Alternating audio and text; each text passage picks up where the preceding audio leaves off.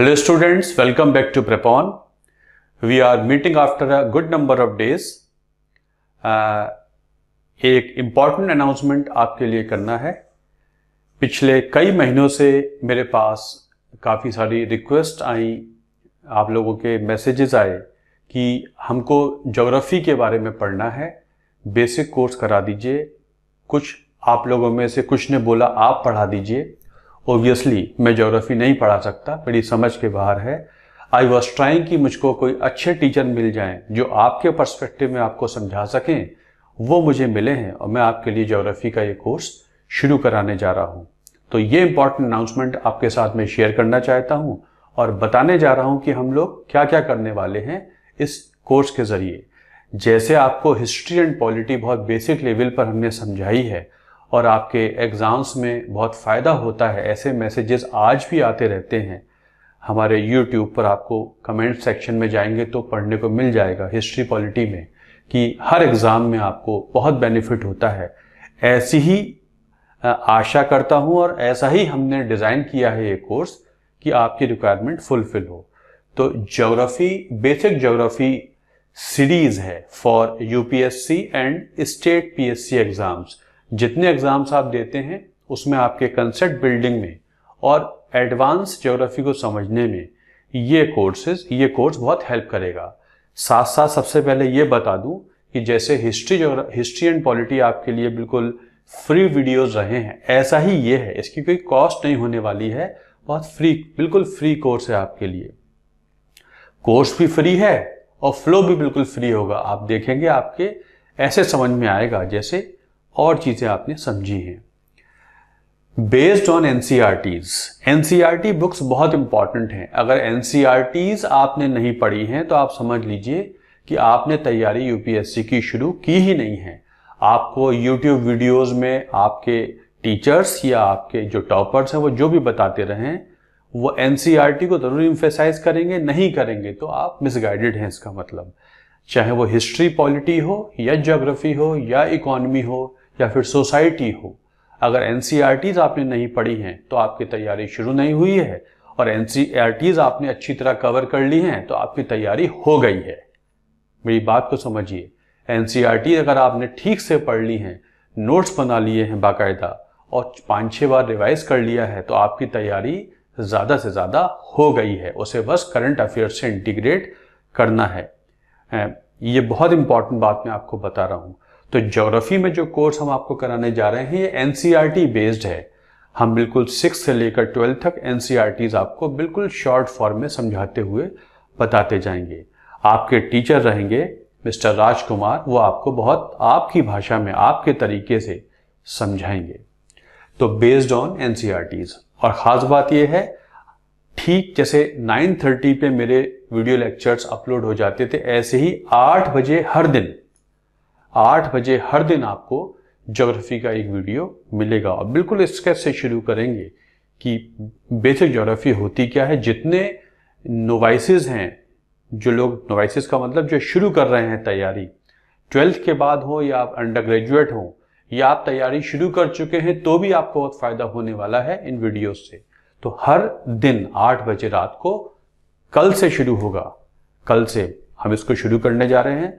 20th November 2021 we are going to start this particular geography course.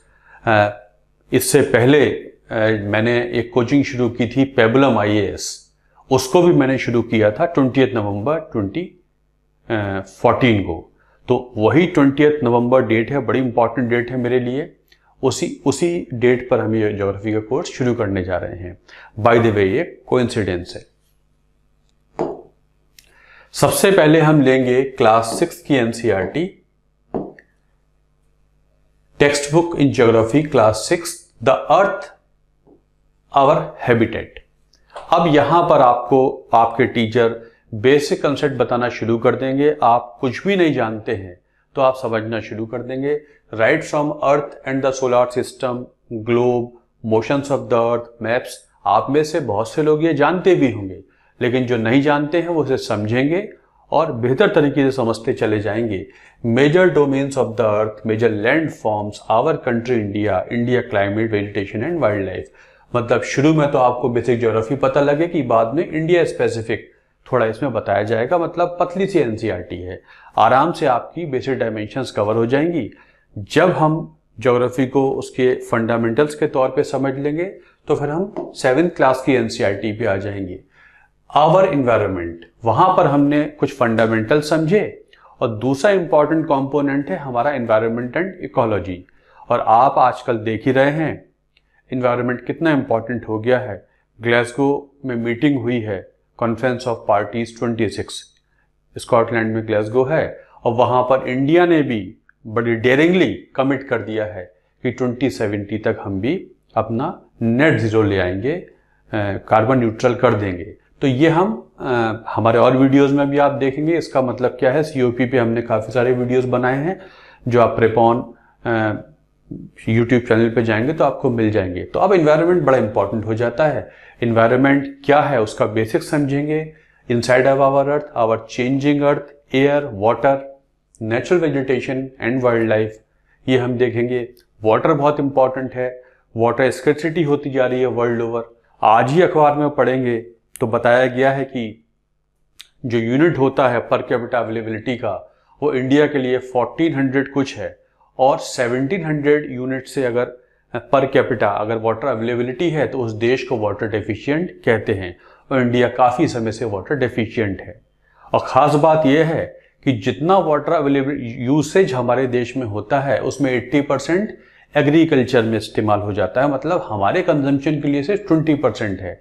तो सोचिए हमारा agriculture में 80% वाटर जाता है। इसका मतलब हमारे लिए एग्रीकल्चर में वाटर का वेस्टेज होना हमारे ह्यूमन कंजम्पशन में भी वेस्ट नहीं होना चाहिए। एक तो हम ऑलरेडी डेफिशिएंट हैं, उस पर भी हम एग्रीकल्चर में अगर फ्लड इरीगेशन हो रहा है तो कितना पानी वेस्ट भी हो सकता है। इसीलिए स्प्रिंकलर इरीगेशन, ड्रिप इरीगेशन की योजनाएं भारत सरकार दे रही है और लगा रही है, सब्सिडी दे रही है, उस पर बात होगी। तो यहाँ आपको जब फंडामेंटल समझाएंगे आपके टीचर तो करंट से भी इंटीग्रेट करते चले जाएंगे। नेचुरल वेजिटेशन के बारे में बताया जाएगा, human environment, settlement, transport and communication. Geography में हमारा जो ट्रांसपोर्ट है, कम्युनिकेशन है, ओबियसली बहुत इंपॉर्टेंट कंपोनेंट है, उसके बारे में बताएंगे। Human environment interactions, tropical and सब tropical regions and life in the deserts. By the 7th class तक आते आते आपकी मुलाकात बेसिक ज्योग्राफी से भी हो जाएगी और बेसिक एनवायरनमेंट से भी हो जाएगी। आप समझने लगेंगे, न्यूज़पेपर पढ़ेंगे तो आपके टीचर बता चुके होंगे कि जब न्यूज़पेपर में लिखा जाता है कि एडेप्टेशन क्या होता है, मिटिगेशन क्या होता है, रेजिलियंस क्या होती है in the context of environment, तो आप समझेंगे कि बिल्कुल ये अखबारों में लिखा है, इसका ये मतलब होता है। और हमारी समझ बढ़ती जा रही है, हमारी पकड़ बढ़ती जा रही है। आगे चलेंगे। अब हमने एनवायरनमेंट को समझ लिया, बेसिक ज्योग्राफी को समझ लिया, अब हमारे संसाधन भी तो हैं। यही संसाधन हैं जिनकी होड़ में हम देश में भी लगे हुए हैं और सभी देश आपस में भी लगे हैं। साउथ चाइना सी में चाहे वो एक्सट्रैक्शन हो, चाहे वो व्यापार हो, या हम डीप सी में जाके मिनरल्स का एक्सट्रैक्शन करें, सभी देश में, चाहे हम आर्कटिक में ऊपर जाकर नेविगेशन का रास्ता बनाएं, ये सब क्या है? ये मिनरल एक्सट्रैक्शन की लड़ाई है सभी देशों के बीच में, या होड़ है, उससे एनवायरनमेंट डिस्टर्ब हो रहा है। तो अब रिसोर्सेज पे चले जाएंगे। रिसोर्सेज के बिना तो हम जीवित नहीं रह सकते। रिसोर्सेज मटेरियल रिसोर्सेज हों या ह्यूमन रिसोर्सेज हों, और ह्यूमन रिसोर्सेज मटेरियल रिसोर्सेज को एक्सट्रैक्ट करते जा रहे हैं to the level of exploitation. तो उसी की वजह से चैलेंजेस हैं। तो हम रिसोर्सेज पे आ जाएंगे। हमारी किताब है 8वीं क्लास की किताब है social science, resources and development. इस बुक पे आ गए। अब हम रिसोर्सेज को डिफाइन कर देंगे। फिर लैंड है, सॉइल है, water, natural vegetation, wild life resources, ये हमारे रिसोर्सेज ऑफ टाइप्स हैं, इनको हम समझेंगे। फिर मिनरल एंड पावर रिसोर्सेज, इनके बारे में हम जानेंगे। फिर agriculture, industries and human resources, हमारे 3 इंपॉर्टेंट सेक्टर्स हम जान लेते हैं। प्राइमरी सेक्टर के रिसोर्सेज, सेकेंडरी सेक्टर मैन्युफैक्चरिंग हो गई, और सर्विस सेक्टर में ओब्वियसली ह्यूमन रिसोर्सेज इंपॉर्टेंट हो जाते हैं, इनको हम समझेंगे।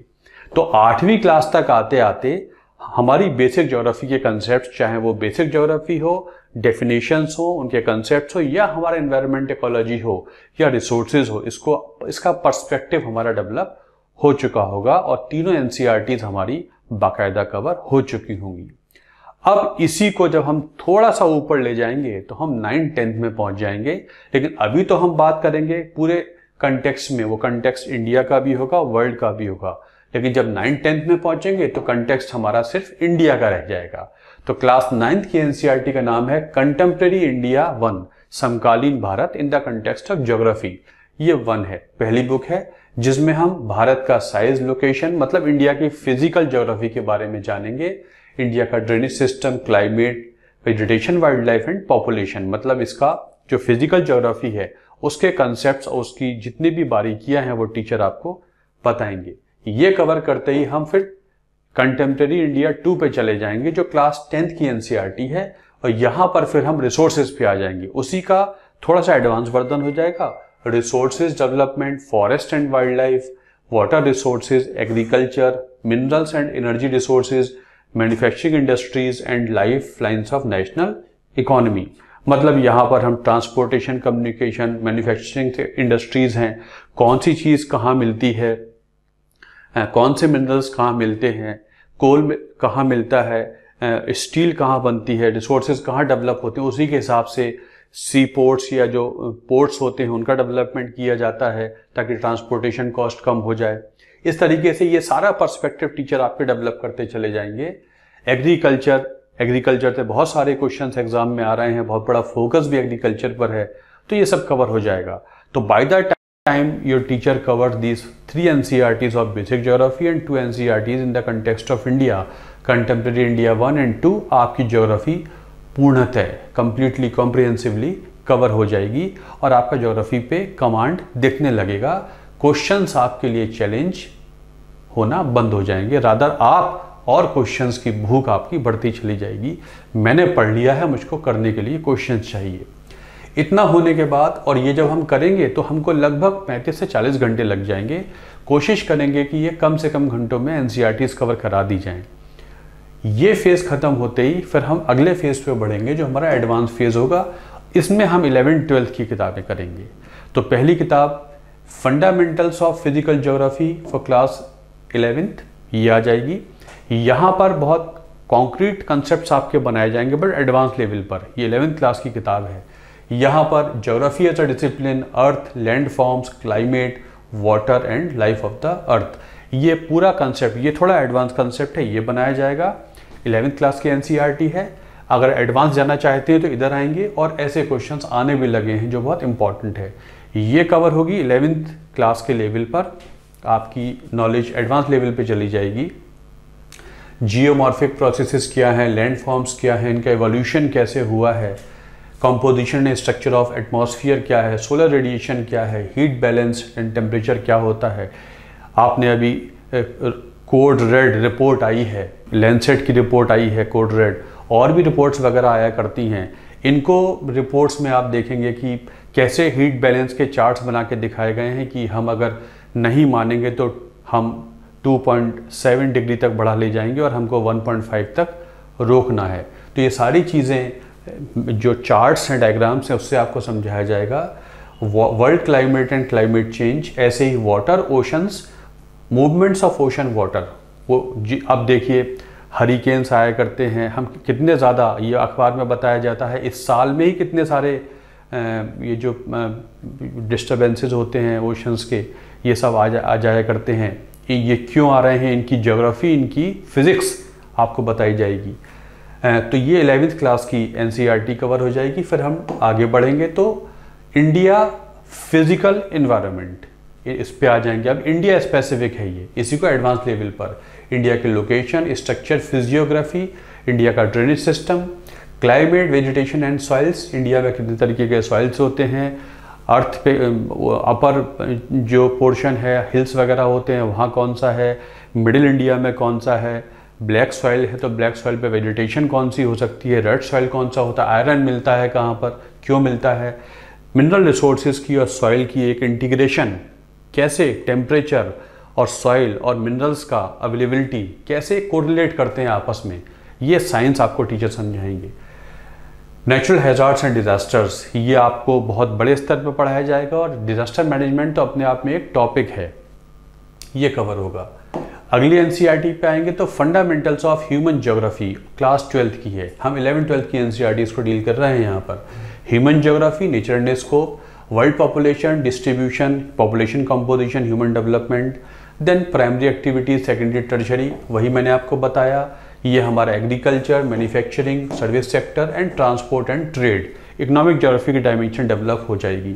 ह्यूमन सेटलमेंट्स, तो यहाँ पर ह्यूमन ज्योग्राफी जो इम्पॉर्टेंट कंपोनेंट है जिस पे काफ़ी लोग मिस करते हैं, ये हम कवर कराएंगे। बट ये मत सोचिएगा कि इन सारे लेक्चर्स में या इन किताबों में आपको बहुत ही गहराई से ऐसे बताया जाएगा कि रिसर्च होने लगेगी, नहीं, बिल्कुल नहीं। यूपीएससी का ट्रेंड और यूपीएससी का सिलेबस और टाइप्स ऑफ क्वेश्चन दिमाग में रखते हुए टीचर आपको बाकायदा समझाएंगे। इसके बाद फिर इंडिया, पीपल एंड इकोनॉमी, ये भी 12th क्लास की एक किताब है एनसीईआरटी की, ये आ जाएगी। यहाँ पॉपुलेशन, माइग्रेशन के टाइप्स, कॉजेज एंड कॉन्सिक्वेंसेस क्या होते हैं वो बताए जाएंगे। Human settlements, land resources, agriculture, water resources, mineral energy resources, manufacturing, planning, sustainable development, Indian context, transport, communication, international trade के बारे में बताया जाएगा। ट्रांसपोर्ट एंड कम्युनिकेशन, आपने देखा होगा अभी कि एक बहुत बड़ी इशू चल रही है इंटरनेशनल ट्रेड में कि जो कार्गो कैरिंग कैपेसिटी है, जो शिपिंग इंडस्ट्री है, वो बहुत स्लो चल रही है इस समय। कोविड की वजह से शिपिंग इंडस्ट्री में बहुत बड़ा चैलेंज आया है और व्यापार इससे काफ़ी ज़्यादा रुका है, क्योंकि शिपिंग कैपेसिटी ही नहीं दिखाई पड़ रही है। जो डी एम्बार्केशन होता है सामान का, वो सी पोर्ट्स पर हो ही नहीं पा रहा है और जो कॉस्ट है फ्रेट की वो बढ़ती जा रही है। तो ये सारी चीज़ें होती हैं जो मतलब ज्योग्राफी को इकोनॉमी से कोरिलेट करके यहाँ पर बताया जाएगा। तो इस तरीके से हमारी ये ह्यूमन ज्योग्राफी का जो डायमेंशन है ये कवर हो जाएगी क्लास 12 की एनसीईआरटी। इससे हमारी 11th-12th की जो 11th-12th की बुक्स हैं वो ख़त्म हो जाएंगी। ये जो सेकंड फेज़ है इसमें हमें लगभग 50 से 60 घंटे, 55 से 60 घंटे लगेंगे। कोशिश करेंगे इसे हम कम में करें। मतलब पहला फेज़ जो बेसिक ज्योग्राफी का है, मतलब 10th तक की एनसीईआरटीज़ हम 35 घंटे या 40 घंटे में कवर कर लेंगे, कोशिश करेंगे कम में करें। और जो 11th-12th की एनसीईआरटीज़ है वो नेक्स्ट 60 आवर्स या 50 आवर्स में कवर करेंगे। लगभग 80 से 90 घंटे में हम इसे कवर कर देंगे। तो हर दिन कल से 20 नवंबर से 8 बजे आपको ज्योग्राफी के लेक्चर्स मिलने शुरू हो जाएंगे। आपकी ज्योग्राफी की प्रॉब्लम सॉल्व होने लगेगी। बहुत अच्छी तरीके से आपको किताब के ज़रिए, किताब के पेजेस के ज़रिए, डायग्राम्स के ज़रिए समझाया जाएगा। और थोड़ा समय इसलिए लिया जा रहा है ताकि आपके डाउट्स अगर अराइज हो भी रहे हैं तो वो ख़त्म होते चले जाएं, इसलिए थोड़ा वक्त लगेगा इसे करने में। तो this is an effort on the part of our team that we are trying to get you something good on geography as well as we have done in current affairs, we have done in history and polity, and we are also thinking of bringing much more for you in the coming days. So this is all for this particular geography course for you, which is going to start tomorrow at 8 p.m. Hope you all are excited to be part of this particular series. So we shall meet you tomorrow at 8 p.m. Thanks a lot for watching this video. Thank you.